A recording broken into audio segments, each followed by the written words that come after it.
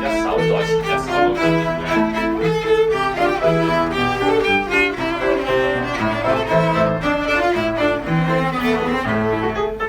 好快嚟到第三位佳麗啦，深啡色少少啦，都係靚身嘅。啲紋咧就冇嗰啲所謂虎紋啊嗰啲咁多啦，平啲嘅。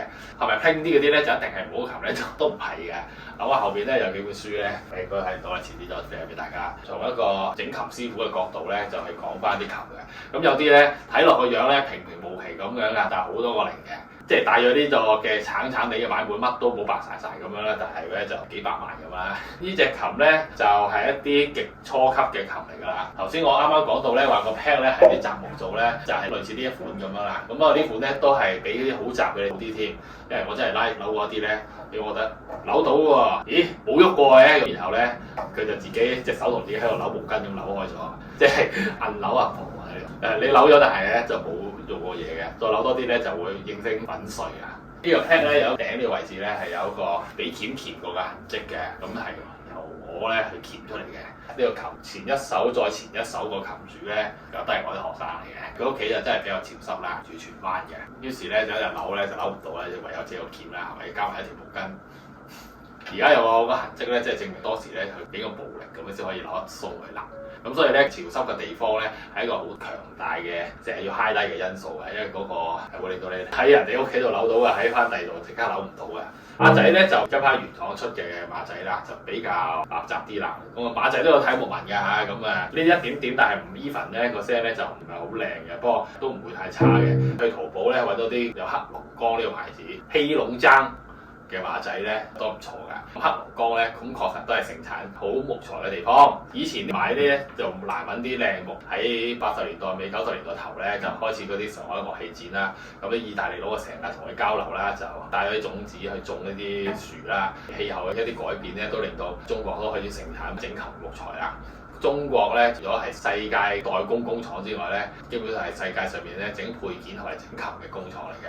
你去意大利買一隻30萬嘅琴咧，本身個所謂嘅白琴咧，白晒，乜都冇上漆嘅琴咧，都係應該喺國內整嘅。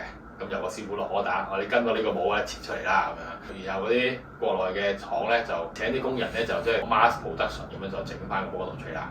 咁當然啦，點解嗰隻琴值30萬蚊？如果嗰廠整出嚟琴值幾萬蚊咧，就係有好多 hidden 咗嘅因素啦嚇，例如啲漆點樣乾啦，係喺咩地方度去令到嗰啲漆乾啦，咁個氣候唔同咧。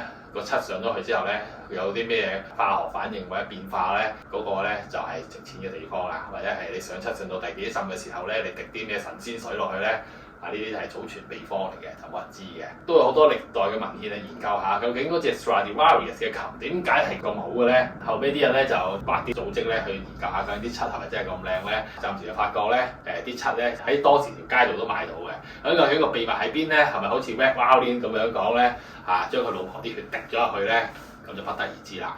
紅提琴咧就係一套好出名同樂器有關嘅戲嚟嘅，譬如有4個影射嘅人嘅，有一個影射 Paganini， 有一個影射 Mozart，Stradivarius 就 Stradivarius 啦，跳到最尾咧就係文革時代㗎。呢個咧就係國內整我所謂鐵嘅 tailpiece 啦，都係硬身啲嘅。我唔知話佢係咪一個 aluminium 因為摸落去咧勁凍嘅，配一個膠嘅 tail guts 啊。咁買呢啲嘢小心啲咧，即係有啲 tail guts 咧太過粗製濫造，校完音之後咧呢度咧咬唔實咧會慢慢鬆，跟住飛就會甩晒嘅。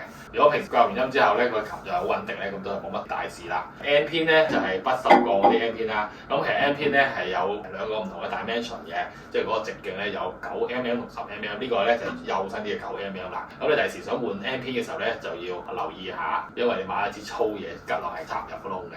你就算買過一樣㗎啦，插得入個窿咧，有啲時候咧都會硬係爭少少或者好逼咁樣嘅。呢個咧頭先講過啦，特別難扭啦。我哋 check 嘅時候咧都要 check 下佢好唔好扭，因為咧呢啲好容易俾人撞散或者撞歪咧。你發覺扭到某位咧要棘住嘅。弦線咧我就好隨樣咁樣去配啦。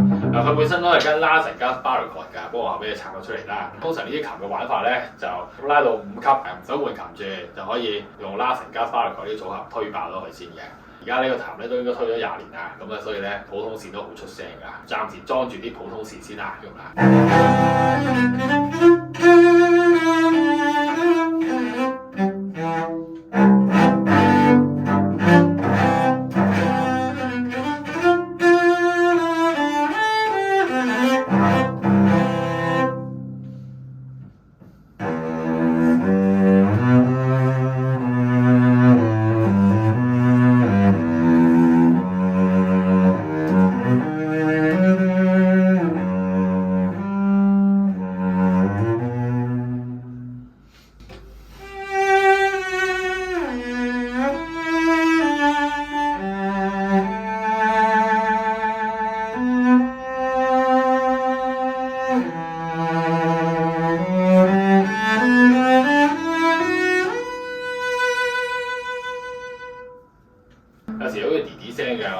線咧拉行佢咧就冇㗎啦，因為條線震得佢太勁啦，同埋咧發覺呢個球嘅 resonance 係相當唔錯嘅，因為真係有翻咁上下歷史啊，真係廿幾年啊，我都唔細啊。你如果咁講，我好細個嘅時候教嗰位學生嘅嗰位學生啦嚇。呢隻嘢咧就比較特別嘅，就冇 label 嘅，而個樣咧係同平時啲唔同嘅。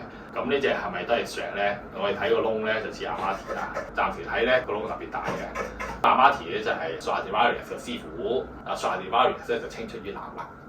咁 Amati 嘅琴聲量唔算係好大，但係咧個聲咧就好清嘅。不過坊間你想買一隻新琴咧，98% 都係 Strat 㗎啦，剩翻少少咧就係 Montana。咁啱呢度咧就3款都有齊。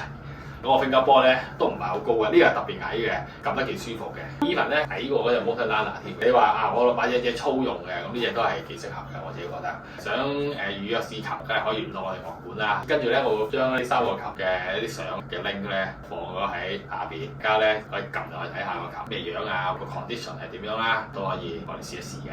嚟緊啲片咧就會講二手工㗎啦，仲有啲貴價嘅二手琴啊。貴價二手琴個諗法咧就同呢啲咧平地經濟實惠嘅嘢咧就有啲唔同嘅。貴琴係咪可以保值係一個 issue 嚟嘅，即係買黃金咁。咁當然啦，黃金可以保值嘅，因為有人買啊嘛。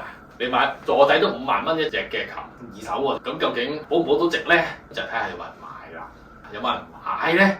就要睇下有冇市場或者係中介人啊，即係你想買股票咁樣，咁梗係要有個證券交易所啦。咁唔知咩係唔緊要嘅，你睇下大時代啊，方進新咧就知㗎啦嚇。係咁多嚇，拜拜。